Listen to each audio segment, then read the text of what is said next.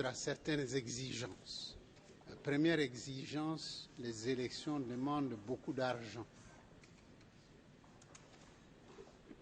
Lorsque je me retourne en direction du budget 2015, les ressources qui ont été allouées pour les élections 2015 ne sont pas suffisantes. Où allons-nous trouver de l'argent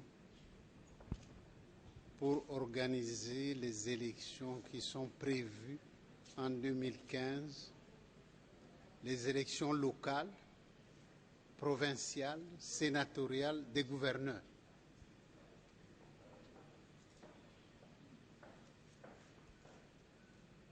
Le président m'a demandé d'établir une note. J'établirai la note ce soir et je lui ferai parvenir demain matin.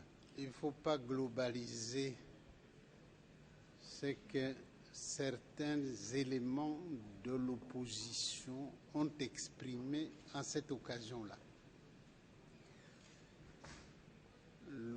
L'opposition républicaine que je représente est ici parce qu'elle n'est pas de cet avis-là. Oui, je soutiens le dialogue puisque je suis là pour le dialogue.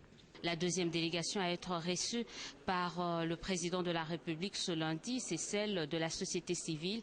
Elle dit oui au dialogue, elle souscrit au dialogue, elle vient avec une nouvelle proposition, celle de mettre en place une médiation bipartite, c'est-à-dire une médiation qui fera en sorte que ceux qui sont partisans du dialogue, d'une facilitation étrangère puissent se retrouver et ceux qui sont partisans d'une médiation et d'une facilitation avec les nationaux puissent également se retrouver. Ils disent que c'est le seul moyen également pour avoir un processus électoral apaisé. La troisième délégation qui a été reçue ce soir par le président de la République, c'est celle des femmes de toutes les tendances politiques qui ont également échangé avec le président de la République. C'était Élisée Odia et Alain Bianga depuis le Palais de la Nation pour Congo Web TV.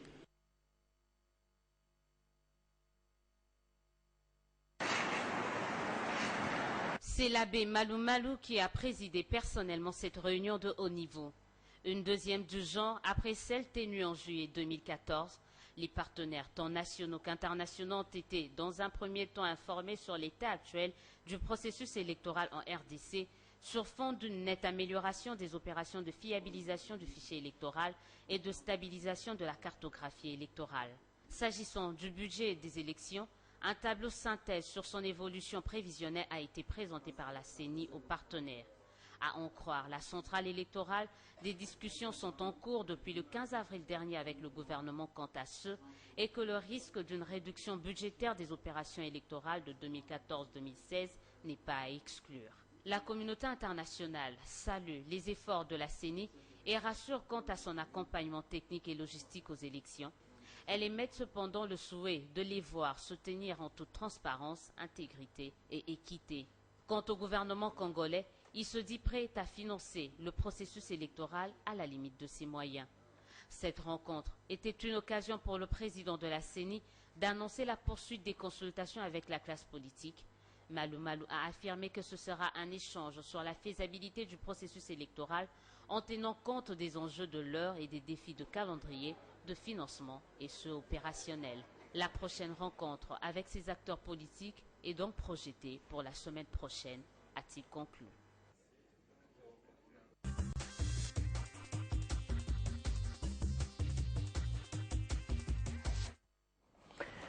Les mots sont durs, les réalités sont dures, comme l'a si bien dit ma consoeur Élisée Odia, qui est notre envoyée spéciale au Palais de la Nation en ce qui concerne les consultations entamées par le chef de l'État.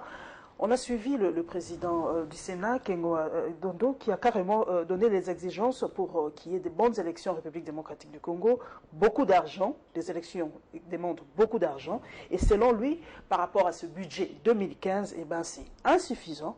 Donc cela veut dire clairement, sans mâcher les mots et sans nous voiler la face, que les élections en République démocratique du Congo sont menacées. Mais ce glissement tant entendu, eh bien voilà, ça se présente là. Madame, vous aimez bien les mots, glissement, tout ça. Écoutez, il faut éviter. On y va, on y va. va. Il faut, je crois, éviter avec des mots qui viennent de je ne sais où, de certains laboratoires. C'est français, hein?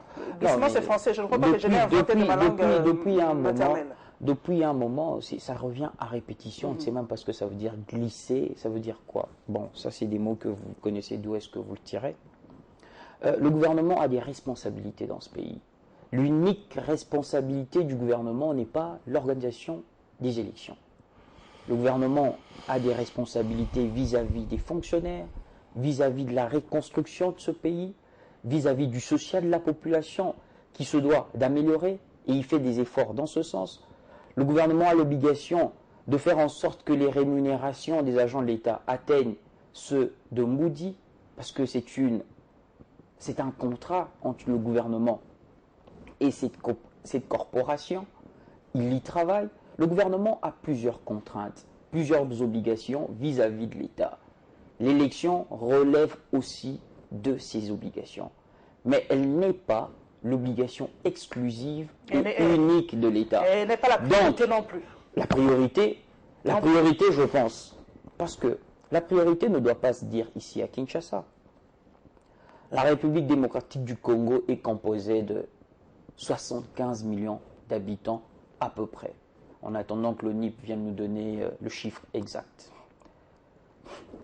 Allons aussi à Bikoro, au fin fond de Kalemi, de Bandundu, de Massimanimba. Allons demander à ce paysan, allons demander à cette maman, parce que elle fait aussi partie de la population congolaise. C'est une des recommandations d'ailleurs de la société civile que le président fasse le tour ce n'est pas ceux qui roulent en jeep et ceux des fois qui provoquent certains émeutes à Kinshasa qui constituent l'entièreté de la population. Allons demander à cette population quel est son essentiel aussi. Bon, c'est vrai que nous allons... Vous pouvez me laisser finir. Non, parce que là vous êtes en train de faire vraiment du sophisme. C'est pas du sophisme, madame. Les élections n'est pas une priorité. Lorsque je demande... Non, je n'ai pas dit ça. Les élections, c'est 5 ans après. Je n'ai pas dit ça. 5 ans, il y aura des élections. C'est prévu et c'est connu. Donc, comment on peut arriver à échéance, presque des élections, et on nous sort une phrase aussi terrible qu'il n'y a pas d'argent? Qui vous a dit qu'il n'y a pas d'argent? Le gouvernement a dit qu'il fera à la limite de ses moyens. Ça veut dire quoi? La plus belle femme du monde ne peut donner que ce qu'elle a. Qu'est-ce que elle est incapable d'organiser les élections en dehors de 5 ans? On arrête de s'occuper de notre sécurité. Déjà que nous avons des voisins qui n'ont pas trop d'amour pour nous, qu'on arrête de nous équiper militairement, qu'on arrête de payer les fonctionnaires, qu'on arrête la reconstruction du pays. On fasse fi des élections. Si c'est ce que vous voulez, faites un référendum, posez à la population. Si les fonctionnaires vont accepter d'être payés, si on doit arrêter tout dans notre pays simplement pour organiser les élections. Si c'est ce que vous pensez, madame, si c'est ça qui est l'essentiel, si vous pensez que par l'élection simplement, on résolvera tous les problèmes. C'est une expression démocratique. Non, madame. Ça fait partie du processus démocratique. Personne ne veut pas des élections. Nous voulons tous des élections. Et le président de la République a été le premier à le dire. Mais la démocratie ne se résume pas simplement aux élections. C'est un élément important de la démocratie. Alors qu'on fasse des élections parce qu'il n'y a pas d'argent. Madame, on trouve un autre moyen. Madame, à cause des élections, il y a eu ce qu'il y a eu en RCA. À cause des élections, il y a eu ce qu'il y a eu en Libye.